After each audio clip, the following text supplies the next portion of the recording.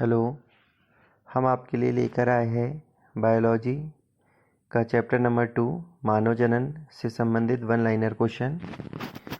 इसमें पहला क्वेश्चन दिया है, मानव जनन के आधार पर किस प्रकार का प्राणी है? तो इसका आंसर है मानव लैंगिक रूप से जनन करने वाला और सजीव प्रजक जरायुज प्राणी है। अगला क्वेश्चन है, पुरुषों में युग्मक जनन की प्रक्रिया कब तक चलती है? पुरुषों में शुक्राणु बनना वृद्ध अवस्था तक जारी रहता है। अगला प्रश्न है, स्त्रियों में अंडाणु बनने की प्रक्रिया लगभग किस आयु में समाप्त हो जाती है? इसका सही आंसर है लगभग 50 वर्ष की आयु में। निषेचन के फलस्वरूप किसका निर्माण होता है? तो इसका आंसर है युग्मनज जाइगोट का निर्माण होता है। अगला क्वेश्चन है,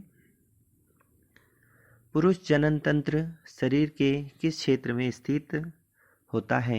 तो इसका सही आंसर है श्रोणि क्षेत्र में। वृषण शरीर के बाहर एक थैलीनुमा में क्यों स्थित होते हैं? तो इसका सही आंसर है वृषणों का तापमान शरीर के तापमान से 2 से 2.5 डिग्री सेंटीग्रेड कम बना रहे, जो शुक्राणु जनन के लिए आवश्यक है, इसलिए वह थैलीनुमा संरचना में रहता है। अगला क्वेश्चन है, प्रत्येक वृषण की लंबाई और चौड़ाई कितनी होती है? तो इसका सही आंसर है लंबाई लगभग 4 से 5 सेंटीमीटर और चौड़ाई 2 से 3 सेंटीमीटर होती है। एक वृषण में लगभग कितनी वृषण पालिकाएं होती है? तो इसका सही आंसर है लगभग 250 कक्ष।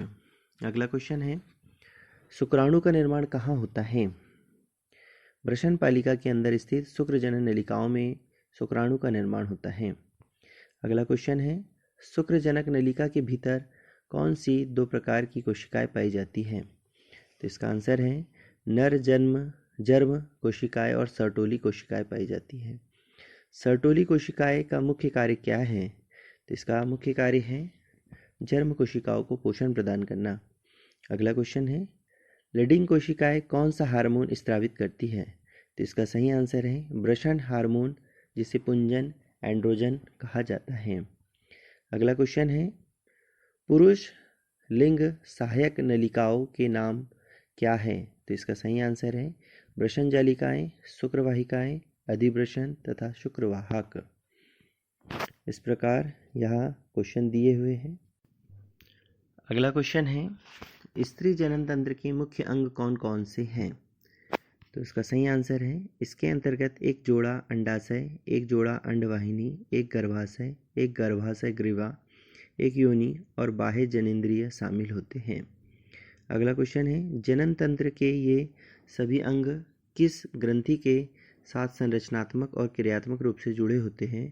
इस ग्रंथि का नाम है स्तन ग्रंथि।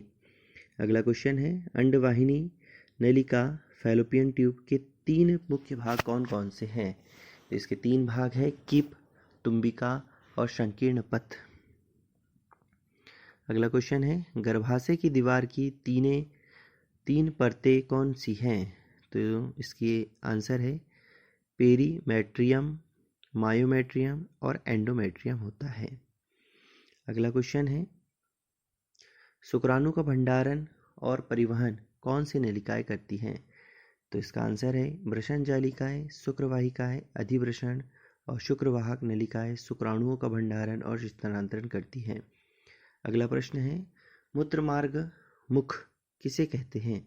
मूत्रमार्ग शिश्न के माध्यम से गुजरता हुआ बाहर की ओर जिस छिद्र के रूप में खुलता है उसे मूत्रमार्ग मुख कहते हैं। अगला प्रश्न है, शिश्नमुंड क्या होता है? शिश्न का अंतिम वर्धित भाग शिश्नमुंड कहलाता है। अगला क्वेश्चन है, अग्रच्छद या फोरस्किन किसे कहते हैं?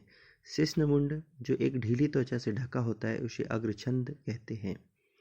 अगला प्रश्न है, पुरुष लिंग की सहायक ग्रंथियां कौन सी हैं? तो इसका सही आंसर है एक जोड़ा शुक्राशय, एक प्रोटिस्ट ग्रंथि, एक जोड़ा बल्बोयूरेथ्रल ग्रंथियां। अगला क्वेश्चन है, सेमिनल प्लाज्मा में किन तत्वों की प्रचुरता होती है? इसका आंसर है फ्रक्टोज, कैल्शियम और कुछ एंजाइम्स भरपूर मात्रा में होते हैं। बल्बोयूरेथ्रल ग्रंथियों का प्रमुख कार्य क्या है? इन ग्रंथियों का स्त्राव मैथुन के दौरान शिश्न में स्नेहन लुब्रिकेशन प्रदान करने में यह सहायता प्रदान करता है। अगला क्वेश्चन है, पुरुष का कौन सा अंग शुक्राणुओं का भंडारण और स्थानांतरण करता है? इसका आंसर है वृषण जालिकाएं, शुक्रवाहिकाएं, अधिवृषण और शुक्रवाहक। अगला क्वेश्चन है, शिश्न का अंतिम फूला हुआ भाग क्या कहलाता है?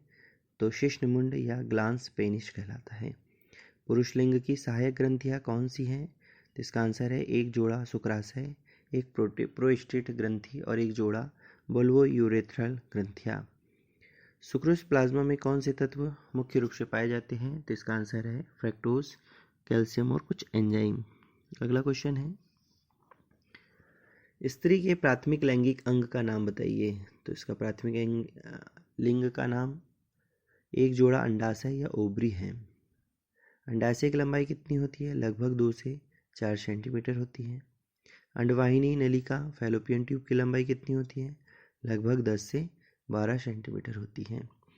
गर्भाशय आकार कैसा होता है? उल्टी रखी हुई नाशपाती के जैसा होता है। गर्भाशय की सबसे आंतरिक ग्रंथि वाली परत को क्या कहते हैं? तो गर्भाशय अंतः स्तर कहते हैं। योनि का द्वार प्रायः किस पतली झिल्ली से ढका होता है? उसे हाइमेन कहते हैं। अगला क्वेश्चन है, प्रत्येक स्तन कितनी स्तनपालियों में विभक्त है? तो 15 से 20 स्तनपालियों में विभक्त है। दूध का स्त्राव स्तन के किस भाग की कोशिकाओं से होता है? तो इसका आंसर है कुपिका की कोशिकाओं से। अगला प्रश्न है, कई स्तन वाहिनियां मिलकर किस चौड़ी नली का निर्माण करती हैं? तो इसका सही आंसर है स्तन तुम्बिका, जिसे हम मेमरी एम्पुला भी कहते हैं। अगला क्वेश्चन है, पुरुष लिंग की सहायक ग्रंथियां कौन कौन सी हैं? तो शुक्राशय, प्रोस्टेट ग्रंथियां, बल्बोयूरेथ्रल ग्रंथियां हैं। प्लाज्मा शुक्रिय सेमिनल प्लाज्मा में कौन से तत्व प्रचुर मात्रा में पाए जाते हैं? फ्रैक्टोज, कैल्शियम और कुछ एंजाइम हैं। अगला क्वेश्चन है,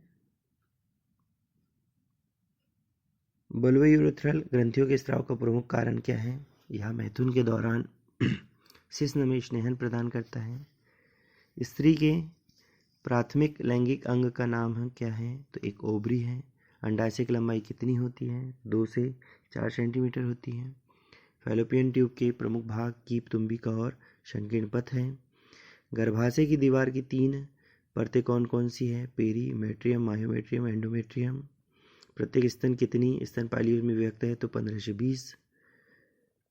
स्तन पालियों में स्थित कोशिकाओं के गुच्छ को क्या कहते हैं? जहां दूध स्त्रावित होता है तो उसे कुपिका कहते हैं। शुक्राणु जनन की प्रक्रिया कब शुरू होती है? किशोरावस्था के समय होती है। कौन सा हाइपोथैलेमियन हार्मोन शुक्राणु जनन को प्रेरित करने के लिए उत्तरदायी है? तो इसे हम GnRH गोनेडोट्रोपिन रिलीजिंग हार्मोन कहते हैं। शुक्राणुओं के किस भाग में ऊर्जा उत्पन्न करने वाले माइटोकॉन्ड्रिया पाए जाते हैं? तो मध्य भाग में। शुक्राणु के शीर्ष पर स्थित टोपीनुमा संरचना को क्या कहते हैं? अग्रपिंडक एक्रोसोम कहते हैं। स्त्री में अंडजनन की शुरुआत कब होती है? भ्रूणीय परिवर्धन चरण के दौरान होती है। अगला क्वेश्चन है, पुरुषों में शुक्राणुओं की प्रवस्था कब शुरू होती है? तो इसका सही आंसर है किशोरावस्था के समय। शुक्राणु के किस भाग में ऊर्जा उत्पन्न करने वाले माइटोकॉन्ड्रिया पाए जाते हैं? तो मध्य खंड में। शुक्राणु के शीर्ष पर स्थित टोपीनुमा संरचना को अग्रपिंडक कहते हैं। अंडाशय से द्वितीयक अंडक के मोचित होने की प्रक्रिया को अंडो उत्सर्जक कहते हैं। प्रथम ऋतुस्राव की शुरुआत को क्या कहते हैं? तो रजोदर्शन कहते हैं। स्त्रियों में आतर्व चक्र औसतन कितने दिनों के अवधि के बाद दोहराया जाता है? तो इसका सही आंसर है 28 से 29 दिनों की अवधि के बाद। आतर्व चक्र के दौरान किस दिन के आसपास अंडोत्सर्ग होता है? तो चक्र के मध्य में लगभग 14वें दिन में यह होता है।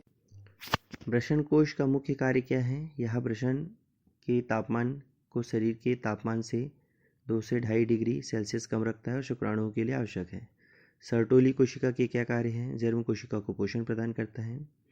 लीडिंग कोशिकाओं किस हार्मोन का स्त्राव करती है? तो एंड्रोजन नामक वृषण हार्मोन का संश्लेषण और स्त्राव करती है। अंडाशय गर्भाशय से किसके माध्यम से जुड़ता है? तो स्नायु लिगामेंट्स के द्वारा। गर्भाशय की किस परत में आतर्व चक्र के दौरान चक्रीय परिवर्तन होते हैं? तो गर्भाशय अंतःस्तर में। शुक्राणुओं के किस भाग में ऊर्जा प्रदान करने के लिए माइटोकॉन्ड्रिया पाए जाते हैं? शुक्राणु के मध्य भाग में। एक परिपक्व मादा युग्मक के बनने की प्रक्रिया को अंडजनन कहते हैं। आतरु चक्र के किस दिन LH सर्ज के कारण अंडोत्सर्ग होता है? तो लगभग 14वें दिन। रजोवृत्ति किस आयु में होती है? तो लगभग 50 वर्ष की आयु में, जब आतरु चक्र स्थायी रूप से बंद हो जाता है। निषेचन की क्रिया अंडवाहिनी के किस क्षेत्र में होती है? तो अंडवाहिनी नलिका के तुम्बिका क्षेत्र में होती है। लिंग का निर्धारण किसके द्वारा होता है? तो पिता के लिंग गुणसूत्र X और Y के द्वारा होता है। भ्रूण और माता के बीच संरचनात्मक और क्रियात्मक इकाई को क्या कहते हैं? अपरा या प्लेसेंटा कहते हैं। प्रसव के समय गर्भाशय के संकुचन को कौन सा हार्मोन प्रेरित करता है? तो इसे हम ऑक्सीटोसिन हार्मोन कहते हैं। खीस या कोलेस्ट्रम क्या है? प्रसव के बाद शुरुआती दिनों तक निकलने वाला दूध जिसमें एंटीबॉडी प्रचुर मात्रा में होते हैं, उसे खीस या कोलेस्ट्रम कहते हैं। इस प्रकार बायोलॉजी में मानव जनन से संबंधित वन लाइनर प्रश्न आपके लिए हम परीक्षा की दृष्टि से लेकर आए हैं। आपको हमारा वीडियो अच्छा लगा हो तो ज़्यादा से ज़्यादा दोस्तों को शेयर कीजिए, लाइक कीजिए, सब्सक्राइब कीजिए।